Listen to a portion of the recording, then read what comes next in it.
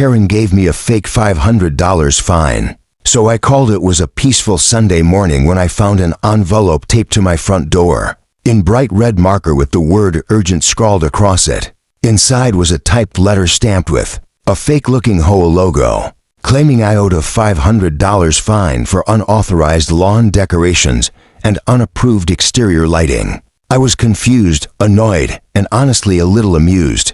The so-called violation, a string of fairy lights around my front porch and a tiny seasonal flag that said "Welcome Spring." I read the letter twice just to be sure it wasn't a joke, but nope, it was dead serious. And it was signed by none other than Karen, our self-proclaimed head of the HOA, who had made it her mission to micromanage every inch of our quiet suburban neighborhood. The thing is, I had already checked the HOA guidelines when I moved in. There was nothing in the rules against the decorations I'd put up, and I'd even seen other homes with far more flamboyant displays. That's when it hit me this wasn't a real fine. It was Karen's personal attempt at intimidation. Decided to play it smart.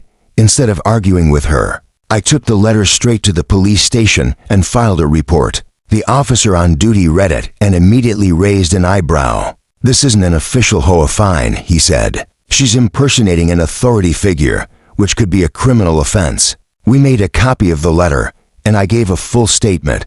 The officer said they'd look into it, and I left feeling both nervous and excited. I didn't want drama, but I also wasn't going to be bullied by someone who thought a fake title gave her real power. 2 days later, a patrol car pulled up to Karen's house. She came outside, all smug and waving her clipboard, until she realized the officer wasn't there to chat, he was there to investigate. Turns out, Karen had been issuing fake fines to several neighbors, pocketing the money from those who paid, out of fear or confusion. She even had a hidden folder in her garage with copies of her phony letters and a list of people she had successfully disciplined.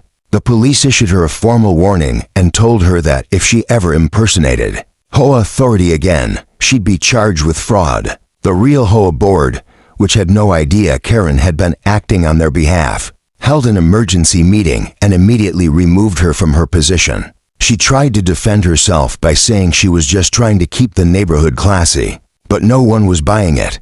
People were furious, especially those who had unknowingly paid her fake fines. A group of us even got together and helped those neighbors write up small claims court filings to get their money back. As for me, I put my fairy lights back up, added a few more for good measure, and proudly flew a new flag that read, "Nice try, Karen."